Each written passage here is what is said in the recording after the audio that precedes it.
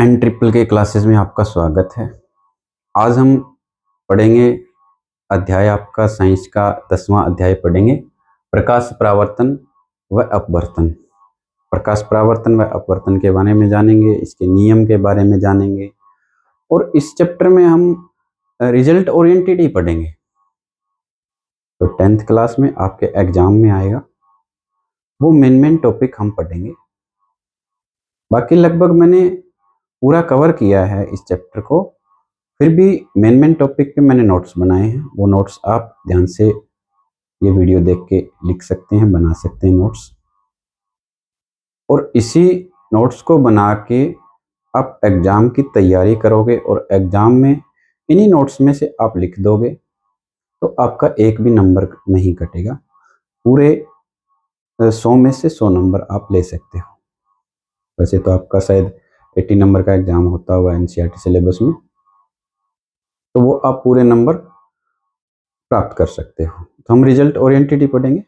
अब शुरुआत करते हैं इस चैप्टर के बारे में। तो सबसे पहले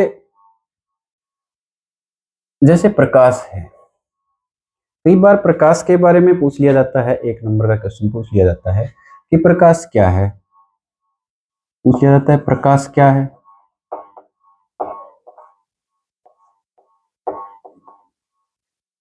प्रकाश क्या है? प्रकाश ऊर्जा का स्रोत है।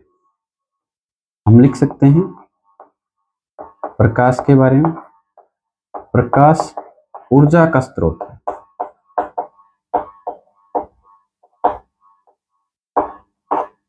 ठीक है। और प्रकाश का वेग कितना है? सभी को पता होगा। प्रकाश का वेग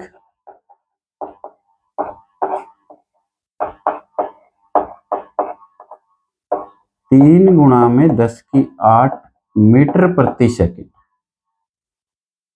समझे? 3 × 10⁸ मीटर प्रति सेकंड। अब यहाँ कुछ बच्चों को ये पता नहीं होगा कि 10⁸ का क्या मतलब है। 10⁸ मीटर प्रति सेकंड, यानी 3 × 10⁸, 8 बार 0 लगाएंगे।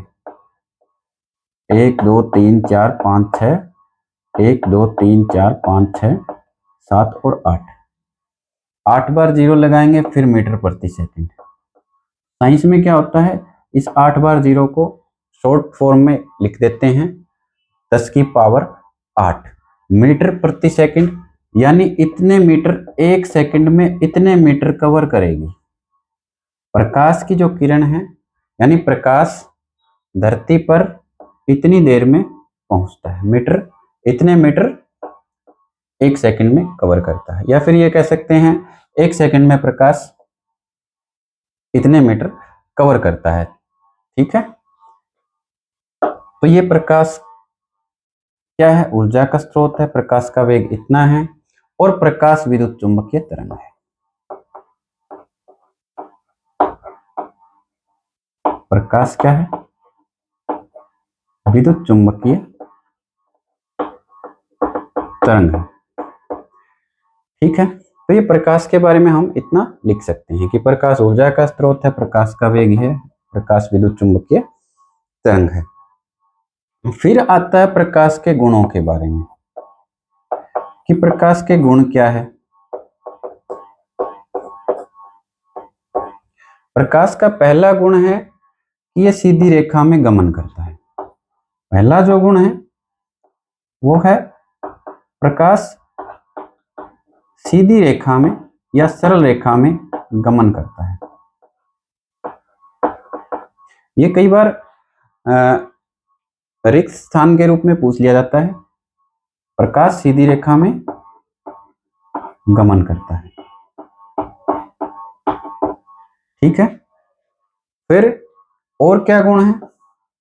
प्रकाश का जो परावर्तन होता है वो भी इसका गुण है और अपवर्तन भी इसका गुण है।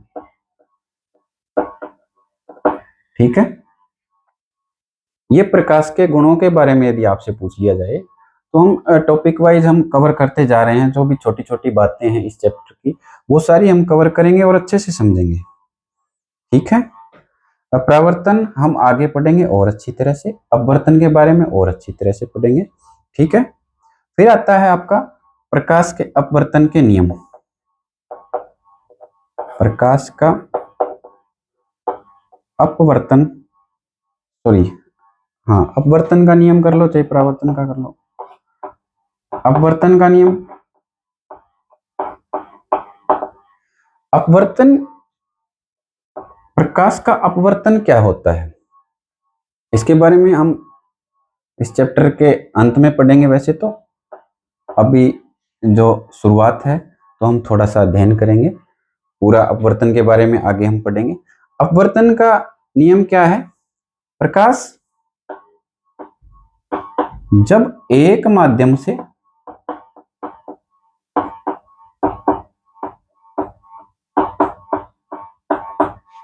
दूसरे माध्यम में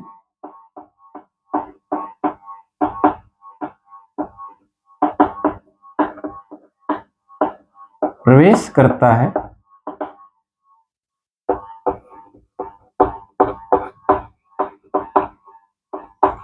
तो प्रकाश क्या है? प्रवेश करता है तो प्रकाश का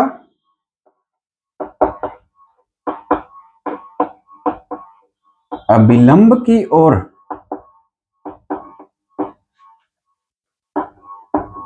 झुक जाना या अभिलंब से परे हो जाना। मैं बताऊंगा अभिलंब क्या होता है। अभिलंब से परे हो जाना, ये क्या कहलाता है? प्रकाश का अपवर्तन कहलाता है, ठीक है। ये क्या कहलाता है? प्रकाश का अपवर्तन कहलाता है, ठीक है। कि जब प्रकाश एक माध्यम से दूसरे माध्यम में प्रवेश करता है तो प्रकाश का अभिलंब की ओर झुक जाना या अभिलंब से परे हो जाना क्या कहलाता है? प्रकाश का अपवर्तन कहलाता है। हम और गहराई से पढ़ेंगे आगे इसी चैप्टर में, ठीक है। एक बार जो सिंपल डेफिनेशंस दी गई हैं, परिभाषाएं जो दी गई हैं, उनके बारे में हम अध्ययन कर लेते हैं। फिर इसमें है आपका प्रकाश का परावर्तन का नियम।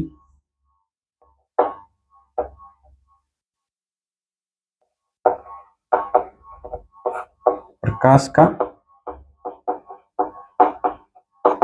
परावर्तन का नियम।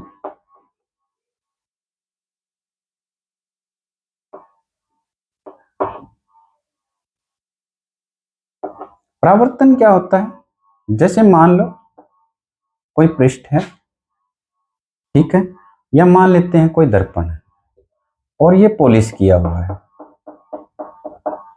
ठीक है। प्रकाश आएगा और इस पॉलिश की हुई सतह से टकराएगा और टकरा के फिर वापस हो जाएगा। ये प्रकाश का अपवर्तन, सॉरी, परावर्तन होता है। परावर्तन मतलब प्रकाश का टकरा के बाउंस बैक, वापस जाना, ठीक है। जैसे हम बॉल खेलते हैं, बॉल को दीवार पे मारते हैं तो बॉल हमारे पास वापस आ जाएगी। ऐसे ही प्रकाश का परावर्तन है, बाउंस होके वापस उसी दिशा में चला जाएगा। तो ये क्या है? प्रकाश का परावर्तन होता है, ठीक है।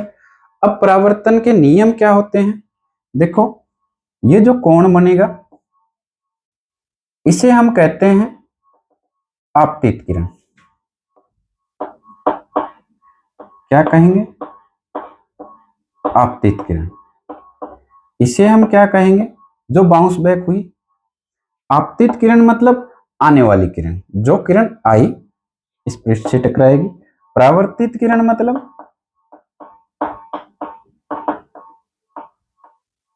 जाने वाली किरण, ठीक है। मतलब बाउंस बैक होके जो परावर्तित करके वापस आई वो परावर्तित किरण होती है। तो इसमें क्या है? दो कोण बनेंगे, एक तो इसे आई कहते हैं, इसे आर कहते हैं।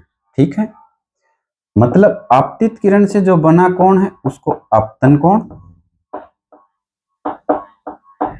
और इसे क्या कहेंगे, परावर्तित किरण से बना कोण परावर्तन कोण। ठीक है, प्रकाश का परावर्तन का नियम कहता है कि आपतन कोण और परावर्तन कोण बराबर होते हैं। क्या होते हैं, आपतन कोण और परावर्तन कोण बराबर होते हैं। ये जो रेखा है इसको हम अभिलंब कहते हैं। क्या कहेंगे, अभिलंब। देखो ये पृष्ठ है, इसके परपेंडिकुलर है, बिल्कुल बिल्कुल लंबवत है, इसलिए हम इसे क्या कहेंगे, अभिलंब कहेंगे। ठीक है, तो क्या हुआ, पहला नियम क्या कहता है, आपतन कोण और परावर्तन कोण बराबर होंगे। जितना आपतन कोण होगा उतना ही परावर्तन कोण होगा। ये 30 डिग्री है तो ये भी 30 डिग्री होगा, ये 40 डिग्री है तो ये भी 40 डिग्री, ये 50 है तो ये भी 50 होगा। ठीक है, दूसरा नियम कहता है कि आपतित किरण, परावर्तित किरण और अभिलंब, आपतित किरण, परावर्तित किरण और अभिलंब तीनों एक ही तल में होंगे। आपतित किरण जो आने वाली किरण है, परावर्तित किरण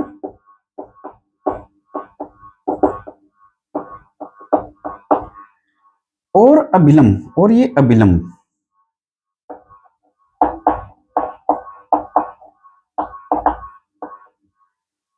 तीनों एक ही तल में होंगे।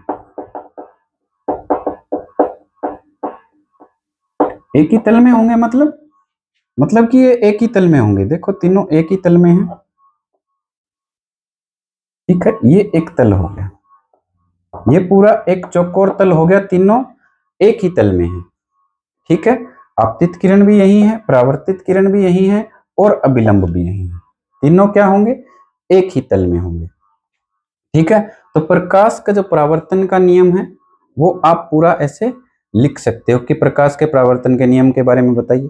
आप ऐसे डायग्राम बनाओगे एक, और जो दूसरी बात है वो आप लिखोगे। ठीक है, ये प्रकाश का परावर्तन का जो नियम है वो आप पूरा लिख सकते हो। अपवर्तन के नियम में हम पढ़ेंगे आगे। ठीक है, अपवर्तन के नियम में बहुत सारी बातें हैं जो आपके पेपर में पूछी जाती है, वो हम पढ़ेंगे।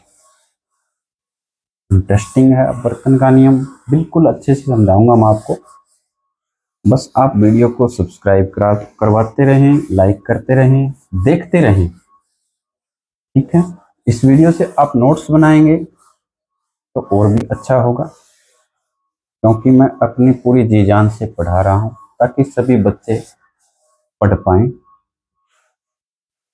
जो बच्चे नॉन अटेंडिंग कर रहे हैं वो भी पढ़ पाएं, जो अटेंडिंग हैं वो स्कूल में अच्छी तरह से नहीं समझ पा रहे हैं और इन वीडियो को देख के वो बिल्कुल अच्छी तरह से समझेंगे, क्योंकि बिल्कुल मैं जो साधारण, जो बिल्कुल साधारण भाषा है, साधारण शब्दावली है वो यूज कर रहा हूँ यहाँ पे। ठीक है, और एग्जाम में भी आप इसमें से कुछ लिख दोगे तो बिल्कुल भी आपका नंबर नहीं कटेगा।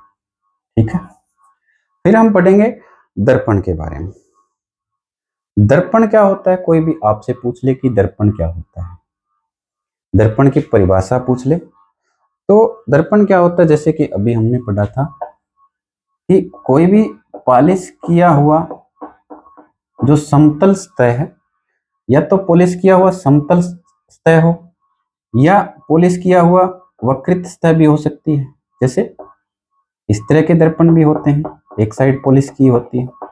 दर्पण इस तरह के भी होते हैं जो एक साइड पॉलिश की होती है। ये अवतल दर्पण है, ये उत्तल दर्पण है, ये समतल दर्पण है। ठीक है, इसके बारे में भी हम पढ़ेंगे। ये कौन सा दर्पण है, समतल दर्पण। ये कौन सा दर्पण है, उत्तल दर्पण। ये कौन सा दर्पण है, सॉरी, ये अवतल दर्पण है और ये उत्तल दर्पण है। ठीक है, तो दर्पण की परिभाषा कैसे लिखेंगे? कोई भी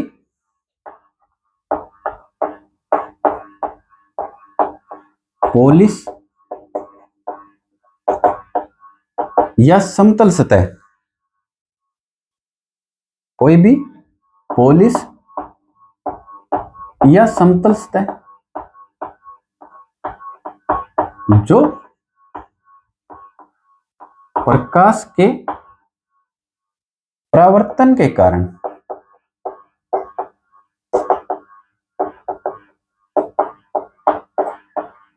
प्रतिबिंब बनाए, प्रतिबिंब बनाए, वो क्या कहलाता है? वो दर्पण कहलाता है। क्या कहलाता है? दर्पण कहलाता है। ठीक है, जरूरी नहीं कि शीशा ही हो। आपके देखो घरों में कुछ पात्र होते हैं, कुछ बर्तन होते हैं, वो क्या है, आपकी तस्वीर आपको दिखा देंगे। ठीक है, उनमें प्रतिबिंब बनेगा।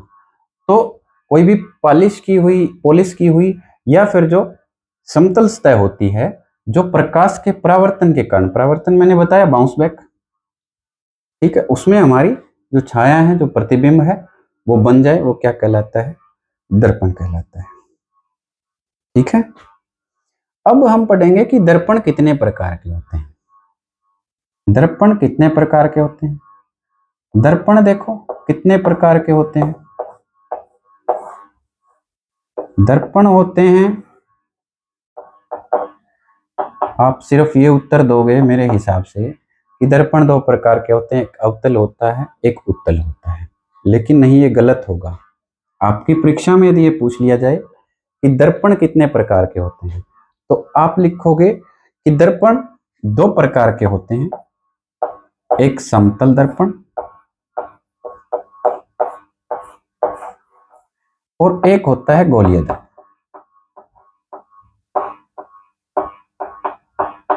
ठीक है, गोलीय दर्पण कितने प्रकार के होते हैं? तब आप ये उत्तर दे सकते हो कि दो प्रकार के होते हैं, एक होता है अवतल दर्पण और एक होता है उत्तल दर्पण। ठीक है, समतल दर्पण ये आपके सामने है, ये कौन सा है? अवतल दर्पण। और ये कौन सा है? उत्तल दर्पण। ठीक है, तो ये दर्पण के बारे में हमारा, ये दर्पण के बारे में आपसे कुछ पूछा जाए परीक्षा में, तो आप दर्पण के बारे में इतना लिख सकते हो। ठीक है, अब समतल दर्पण क्या होता है? समतल दर्पण कौन सा होता है? जिनका ऐसे दर्पण जिनका परावर्तक पृष्ठ क्या हो? समतल हो। ये पृष्ठ है इसका, एक साइड पॉलिश किया हुआ है, ये समतल हो। वक्रित हो वो फिर अवतल और उत्तल में, जिनका वक्रित हो वो गोलीय में आ जाते हैं। गोलीय फिर आगे दो प्रकार का होता है, जो अंदर की ओर वक्रित हो वो क्या है? अवतल। जो बाहर की ओर वक्रित हो वो क्या है? उत्तल। जिसमें गुफा बनी हुई हो वो क्या है? अवतल। जिसमें गुफा ना बनी हुई हो वो क्या है? उत्तल। या जिसमें कह सकते हैं पठार बना हुआ हो, पठार इसी तरह का होता है। इसमें क्या है? गुफा बनी हुई है। ठीक है, इस साइड गुफा बनी हुई है, इसमें इस साइड क्या बना हुआ? पठार बना हुआ है जो बाहर। या फिर कह सकते हैं चम्मच लेंगे, चम्मच का क्या है? ये तो क्या है? अंदर का पृष्ठ हो गया अवतल, चम्मच का बाहर का पृष्ठ हो गया। चम्मच को घुमाएंगे, ऊपर का उभरा हुआ भाग होता है, अंदर का भाग क्या है? इस तरह से वक्रित होता है। तो ये क्या है? उत्तल और अवतल दर्पण।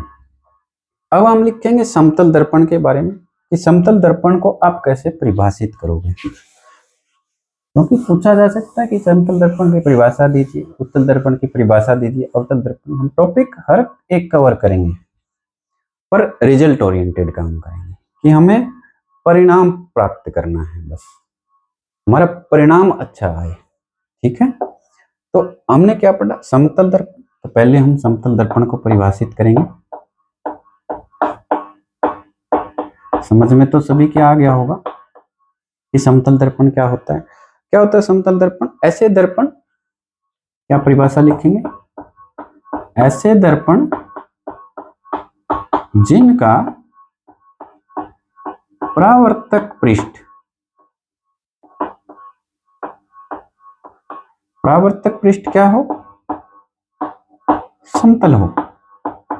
वो क्या है? समतल दर्पण। आप डायग्राम बना सकते हैं जो मैंने अभी बना के दिखाया था आपको। इसी तरह से गोलीय दर्पण क्या होते हैं? जिनका परावर्तक पृष्ठ क्या हो? गोलीय हो। बिल्कुल सिंपल परिभाषा है। गोलीय दर्पण क्या होते हैं? जिनका परावर्तक पृष्ठ क्या हो? गोलीय हो। जिनका, ऐसे दर्पण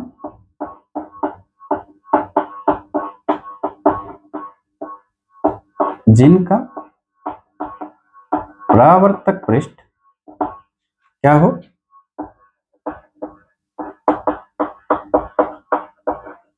गोलीय हो। ठीक है, फिर हम गोलीय दर्पण के दो भाग हैं, उनको भी परिभाषित कर दो भाई। गोलीय दर्पण कितने प्रकार का होता है? गोलीय दर्पण दो प्रकार का होता है। कौन सा कौन सा? अवतल दर्पण।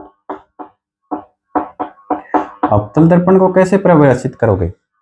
ऐसा गोलीय दर्पण जिसका, अब इसमें आप देखो परिभाषा में क्या करोगे? ऐसे दर्पण, ऐसे दर्पण। ये क्या है? अवतल दर्पण में आप लिखोगे ऐसा गोलीय दर्पण, ऐसा गोलीय दर्पण जिसका परावर्तक पृष्ठ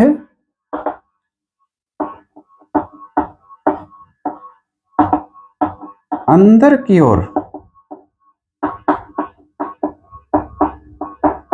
वक्रित हो। अंदर की ओर वक्रित हो, वो क्या होता है? अवतल दर्पण। उत्तल दर्पण क्या होगा? सेम एज इट इज,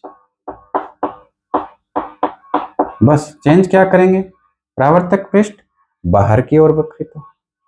ठीक है, ऐसे गोलीय दर्पण जिनका परावर्तिक पृष्ठ बाहर की ओर वक्रित हो, ऐसा गोलीय दर्पण जिनका या फिर जिसका परावर्तक पृष्ठ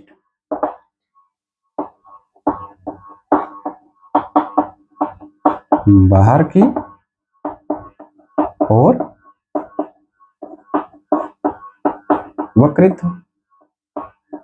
ठीक है, जैसे ये क्या है? एक साइड पॉलिश किया हुआ है, अंदर की ओर वक्रित है, अवतल दर्पण। इसकी इस साइड पॉलिश करेंगे,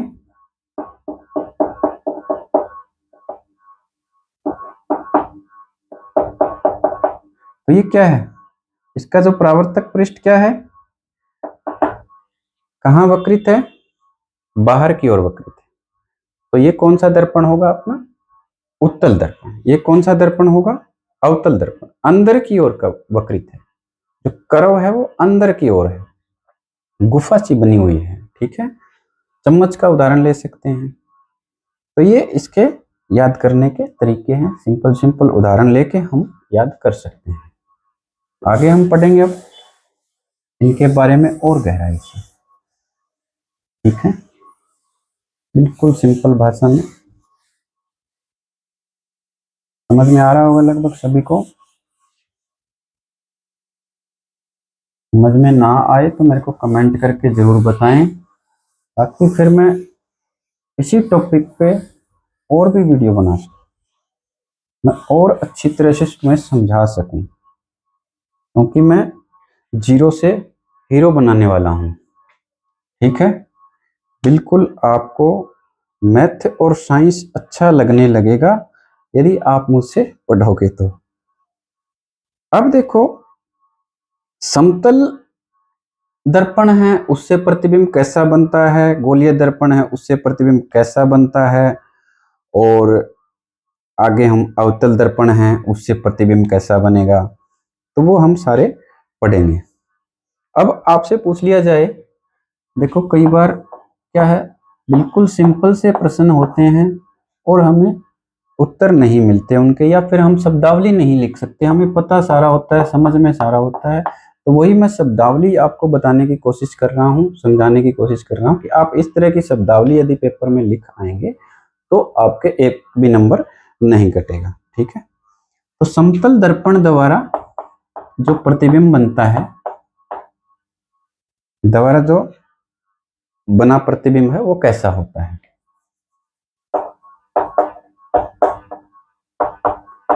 ये हम पढ़ेंगे। ठीक है, ये क्या होगा, हमेशा आभासी व सीधा होगा।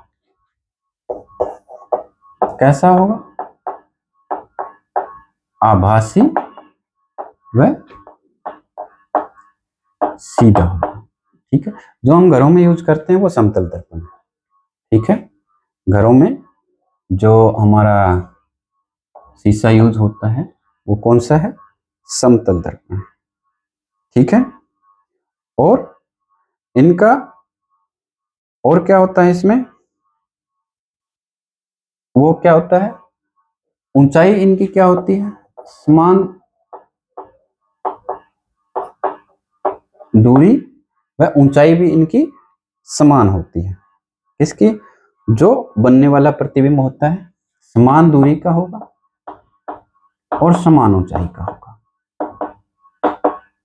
ठीक है, आवर्धन इसका कई बार ये प्रश्न पूछ लिया जाता है कि आवर्धन क्या होगा इसका, +1 होगा।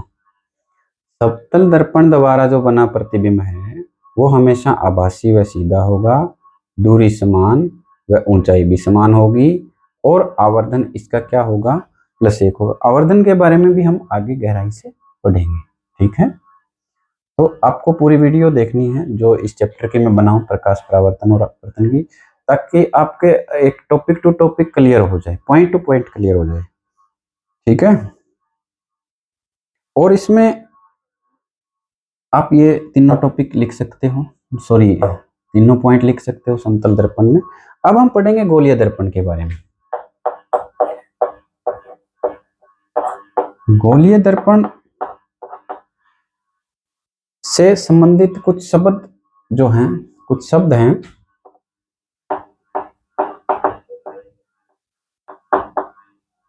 कुछ पॉइंट हैं,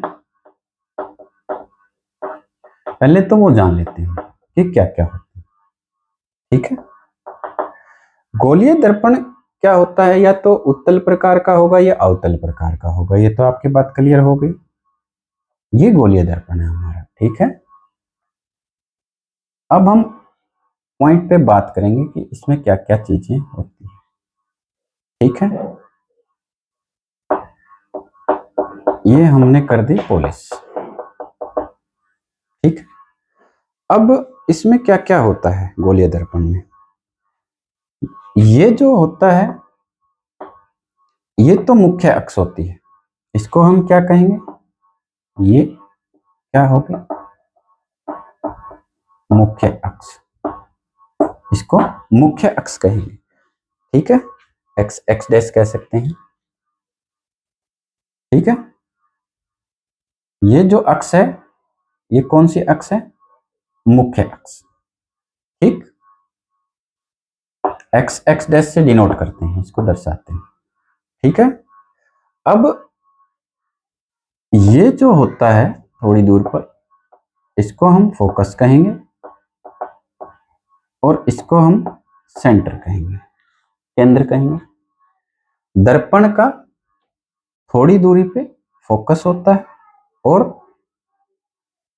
देखो ये जो पॉइंट है इसको क्या कहेंगे, इसी से नापेंगे हम सारी दूरी, इसको हम P से दर्शाते हैं, वैसे पोल कहते हैं इसको इंग्लिश में।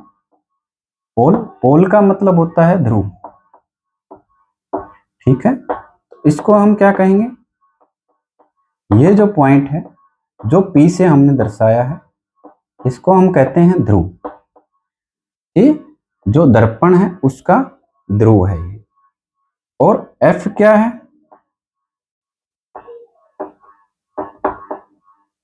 इसको हम कहते हैं फोकस, फोकस दूरी, ध्रुव से फोकस दूरी।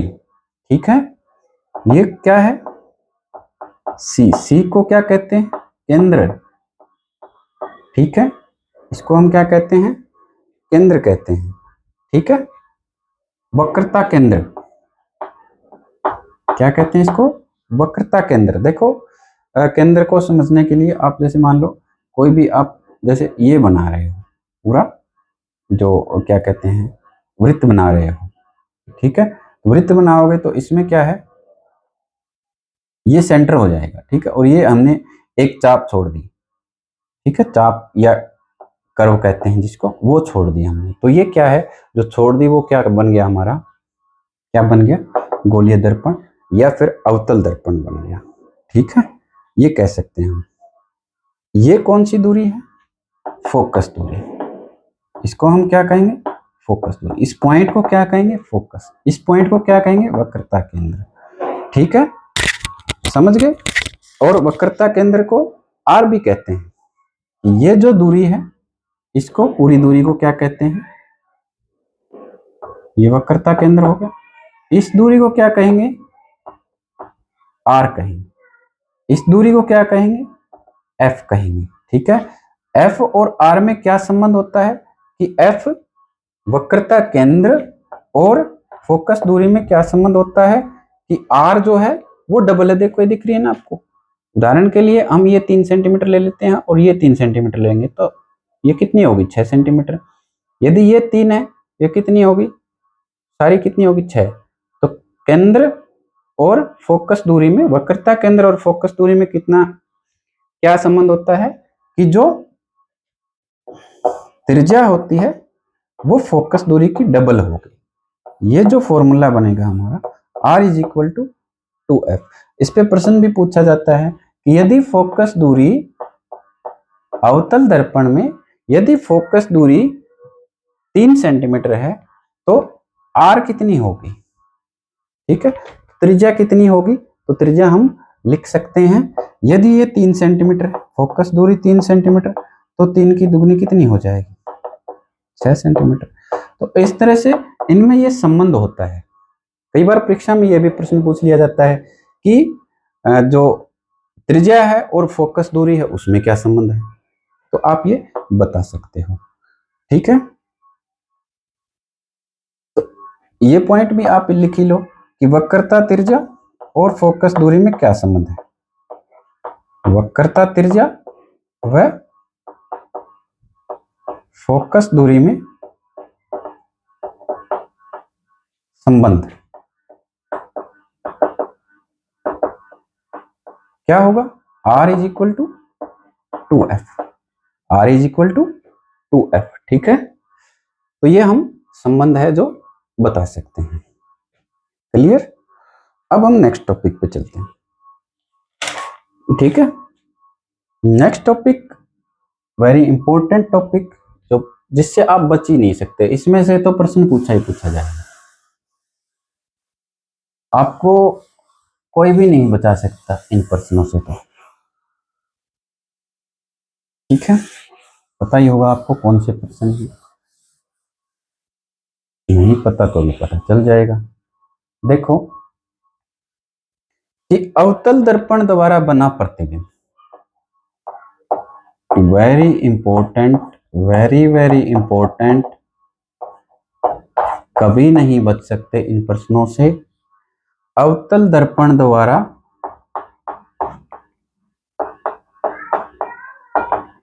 बना प्रतिबिंब, बिल्कुल ध्यान से समझोगे तो मैं बिल्कुल सिंपल और इजी वे में आपको समझा रहा हूं, बिल्कुल सिंपल और इजी वे में। ठीक है, तो ये क्या है? अवतल दर्पण ये होता है, एक साइड पॉलिश किया हुआ। अवतल दर्पण की शब्दावली हमने कर ही ली कि क्या क्या चीजें इसमें यूज हो गई। ठीक है, ये मुख्य अक्ष है, ये क्या है? Point P। ठीक है, ये पॉइंट क्या है? F है। ये पॉइंट क्या है? हमारा C है। ठीक है, ये पॉइंट क्या है? हमारा C है। P का आपको पता ही है, ये ध्रुव होगा। ये क्या होगा? फोकस दूरी होगी। ये क्या है? वक्रता केंद्र होगा।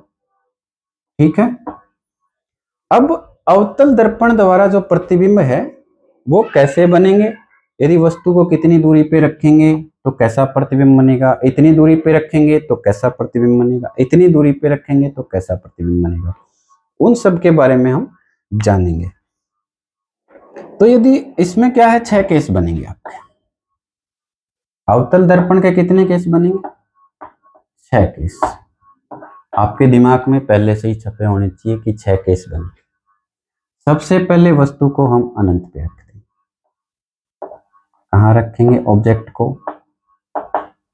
अनंत पे। वस्तु को कहाँ रखेंगे, अनंत पे। बिंब को कहाँ रखेंगे, बिंब वस्तु को ही कहते हैं। बिंब से फिर प्रतिबिंब बनेगा। बिंब को, वस्तु को, ऑब्जेक्ट को हम कहाँ रखेंगे, अनंत पे रखेंगे। ठीक है। फिर हम क्या है, सी से पहले रखेंगे, सी से पहले रखेंगे। ऑब्जेक्ट को कहाँ रखा, सी से पहले रखा। पहला केस वस्तु को अनंत पे रखेंगे, वो आगे करेंगे कि कैसा प्रतिबिंब बनेगा। दूसरा केस क्या बनेगा हमारा, सी से पहले रखेंगे। तीसरा केस हमें क्या बनाना है, सी पर रखना है वस्तु को। वस्तु को कहाँ रखना है, सी पर। चौथा केस हमें क्या बनाना है, सी और एफ के बीच रखना है वस्तु को। पांचवा केस कहाँ बनाना है हमें, वस्तु को कहाँ रखना है, एफ पे रखना है। छठा केस हमें क्या बनाना है, वस्तु को एफ और पी के बीच रखना है। Is that clear. देखो 6 केस बनेंगे, 1 2 3 4 5 और 6।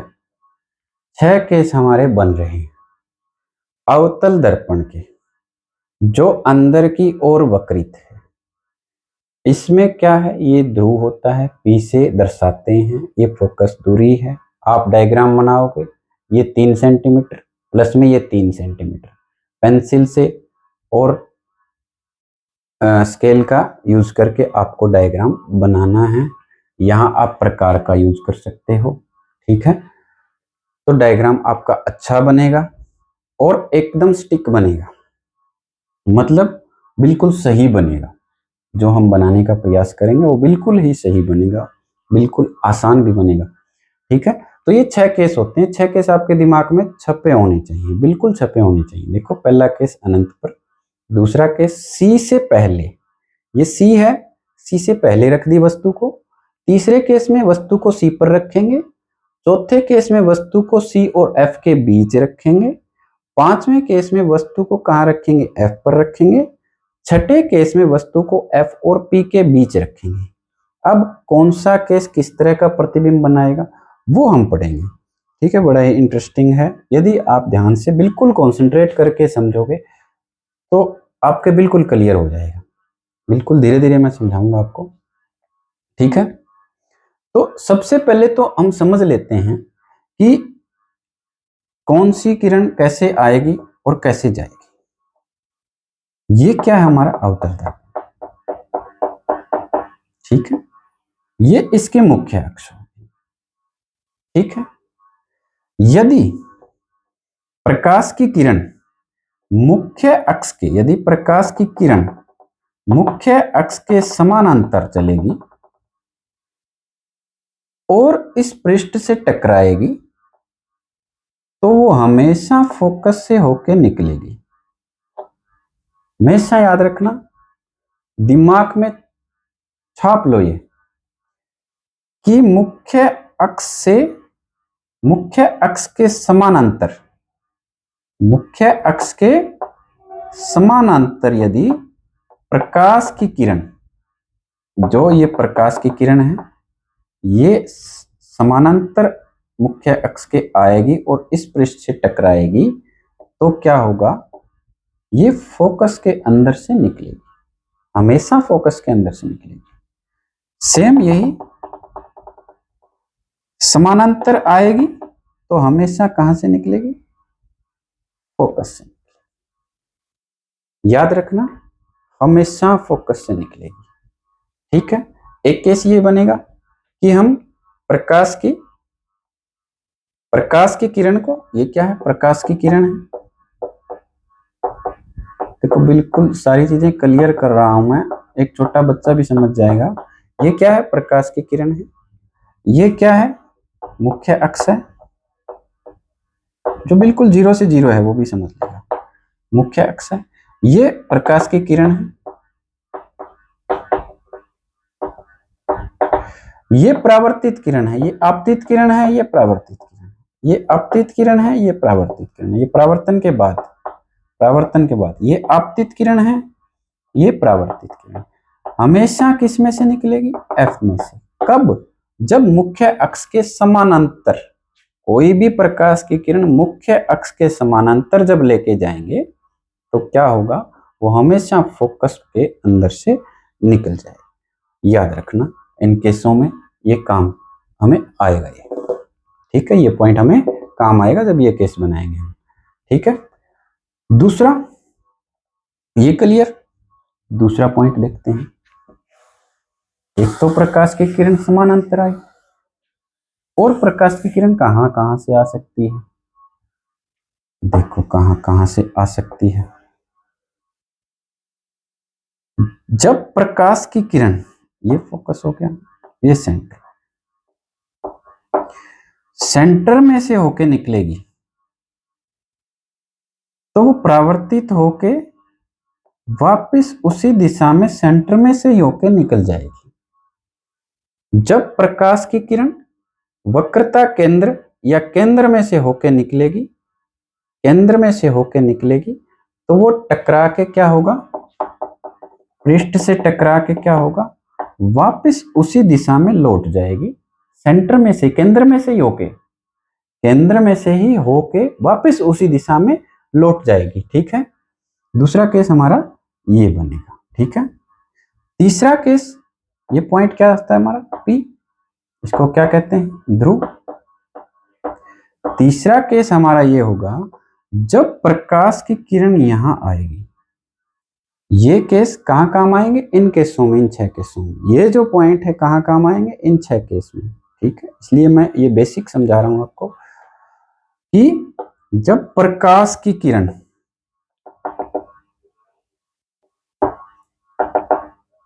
ध्रुव पे आएगी,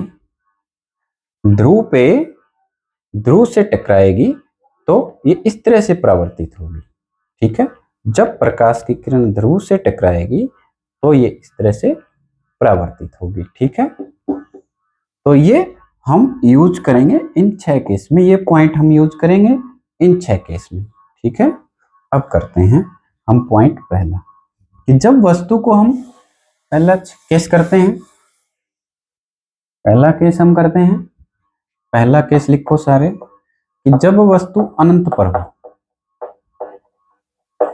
जब वस्तु अनंत पर हो, नोट्स बना लेना, बिल्कुल वेरी इंपॉर्टेंट टॉपिक है ये। जब वस्तु अनंत पर हो तो क्या होगा? वस्तु अनंत पर हो तो क्या होगा? देखो ये हमने बना लिया अवतल दर्पण, ठीक है। ये क्या है? मुख्य अक्ष है। वस्तु को अनंत पर रख दिया, ठीक है।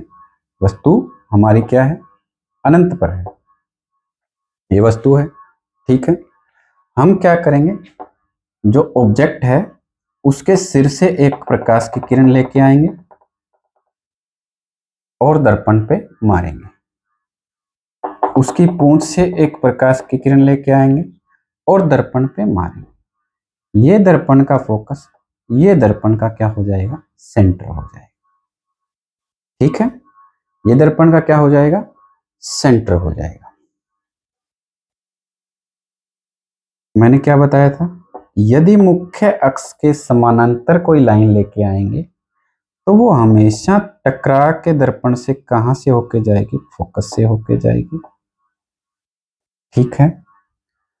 और दर्पण के समानांतर दूसरी लाइन लेके गए, वो कहां से? इसकी पूंछ से। किसकी पूंछ से? बिंब की पूंछ से। ये क्या है? बिंब है। ये क्या है? हमारा ऑब्जेक्ट है, ठीक है। ये क्या है? हमारी वस्तु है। वस्तु के सिर और पूंछ से कहां पर है? ये वस्तु अनंत पर है। कहां पर है? अनंत पर है, ठीक है। अब समानांतर लेके आई तो कहां से जाएगी? फोकस, ठीक है। अब ये दोनों जो लाइन है, पहली लाइन जो सिर से लेके आ रहे हैं, दूसरी लाइन जो पूंछ से लेके आ रहे हैं, वो कहाँ प्रतिच्छेद कर रही है, कहाँ पे कट रही है, एक दूसरे को कहाँ पे काट रही है, वहीं पे हमारा प्रतिबिंब बनेगा। तो 3 पॉइंट हमें लिखने होते हैं कि प्रतिबिंब बनेगा कहाँ पे, एफ पर, क्योंकि एफ पर दोनों लाइन काट रही है। प्रतिबिंब कहाँ बनेगा, एफ पर। कैसा बनेगा, बिंदु आकार का। देखो ये आकार क्या बन रहा है, बिंदु। कौन सा आकार, बिंदु आकार। ठीक है। तीसरा पॉइंट क्या लिखेंगे कि बन कैसा रहा है, कैसा बन रहा है।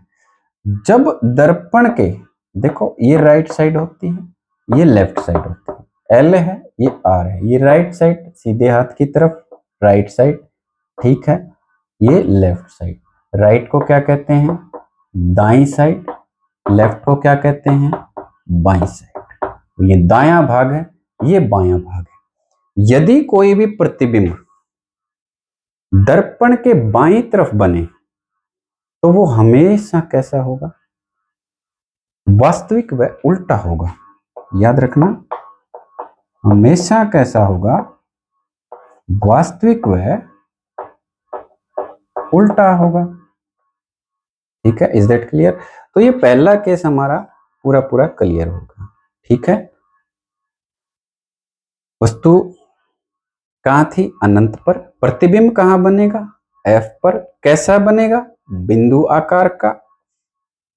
इस प्रकार का बनेगा, वास्तविक बनेगा, वह उल्टा बनेगा क्योंकि बाईं तरफ बन रहा है, क्योंकि बाईं तरफ बन रहा है। Is that clear. दूसरा केस करते हैं।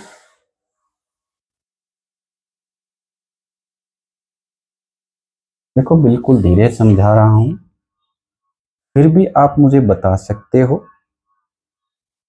अब दूसरा केस हमारा क्या है, वस्तु को हम कहां लेंगे, सी पर। देखो अवतल दर्पण सभी को बनाना आ गया, 99% सभी को बनाना आ गया, 1% रह गया, वो बनाना सीख लेंगे। यदि, सीधी बात बता रहा हूं, यदि तुम खुद से करके नहीं देखोगे, खुद की पेंसिल पेन कॉपी लेके करके नहीं देखोगे, तो वो जो मैंने समझाया है वो कुछ देर के लिए समझ में आ जाएगा, लेकिन आप भूल जाओगे। कुछ समय बाद आप भूल जाओगे। 1 दिन 2 दिन 3 दिन तक आपके रिमाइंड रहेगा, लेकिन बाद में भूल जाओगे। और 1 या 2 बार आप करके देख लोगे तो मैं गारंटी लेता हूं आप कभी नहीं भूलोगे। कम से कम 2 बार या 3 बार आप करके देखो, खुद से बिना देखे, बिल्कुल क्लियर हो जाएगा। ठीक है, अब क्या है, ये पॉइंट पी, ये पॉइंट एफ, ये पॉइंट सी। वस्तु को कहां रखेंगे, सी से पहले। दूसरा केस यही कहता है कि वस्तु को सी से पहले रखिए। ठीक है, अब हम क्या करेंगे, एक तो हम प्रकाश की किरण लेके जाएंगे इसके समानांतर। पहला काम समानांतर वाला, समानांतर लेके गए, ये ऑब्जेक्ट का सिर है, सिर से प्रकाश की किरण लेके गए, ये कहां से निकल जाएगी, फोकस से होकर निकल जाएगी। ठीक है, बिल्कुल आसान। जो इस पे लगेगी, जो इस अक्ष के समानांतर होगी, जो एक्स अक्ष मुख्य अक्ष के समानांतर जो लाइन होगी वो पैरेलल जाएगी, यदि इस अक्ष के, तो वो फोकस से निकल जाएगी। दूसरा हम करते हैं सेंटर से। एक किरण को हम सेंटर से निकालते हैं। ठीक है, कहां से निकालते हैं, सेंटर से, केंद्र से। तो केंद्र से निकालेंगे तो ये वापस परावर्तित होके इसी दिशा में वापस आ जाएगी और सेंटर से ही होके निकल जाएगी। यही बताया था मैंने आपको कि यदि कोई भी किरण केंद्र से निकलेगी तो वो केंद्र से होकर ही वापस चली जाएगी, केंद्र से होकर ही वापस चली जाएगी। अब देखो ये जो लाइन है कहां काट रही है, दोनों लाइन आपस में कहां प्रतिच्छेद कर रही है, वहीं प्रतिबिंब बन जाएगा। यहां प्रतिच्छेद कर रही है, देखो ये ऑब्जेक्ट है, ये प्रतिबिंब है, ये बिंब है, और ये क्या है, ये देखो ये जो बना है ये है प्रतिबिंब। अब तीन बातें पूछी जाएगी, तीनों बातों के उत्तर आप दे सकते हो। पहली बात, कहां बना? C और F के बीच में।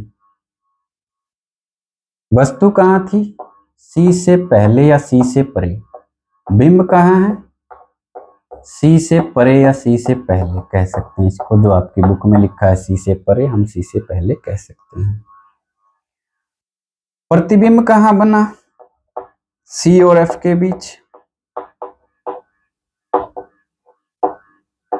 प्रतिबिंब जो बना वो कहां बना? C और F के बीच। कैसा बना? C से जो बिंब है उससे छोटा। ये बिंब है, वस्तु है, इससे क्या है? छोटा बना, छोटा बना, ठीक है, वस्तु से छोटा बना, ठीक है। फिर क्या बनेगा? उल्टा बन रहा है, देखो ये नीचे बन रहा है, तो जो उल्टा होगा वो वास्तविक भी होगा, वास्तविक व उल्टा।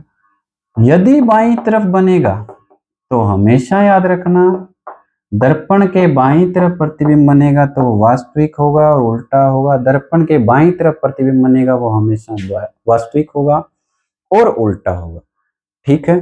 तो ये हमने कर लिया दूसरा केस। देखो दूसरा केस, C से परे, C से परे, कैसा बना? ऐसा बना, ऐसा बना और ऐसा बना, ठीक है। Is that clear? नेक्स्ट करते हैं।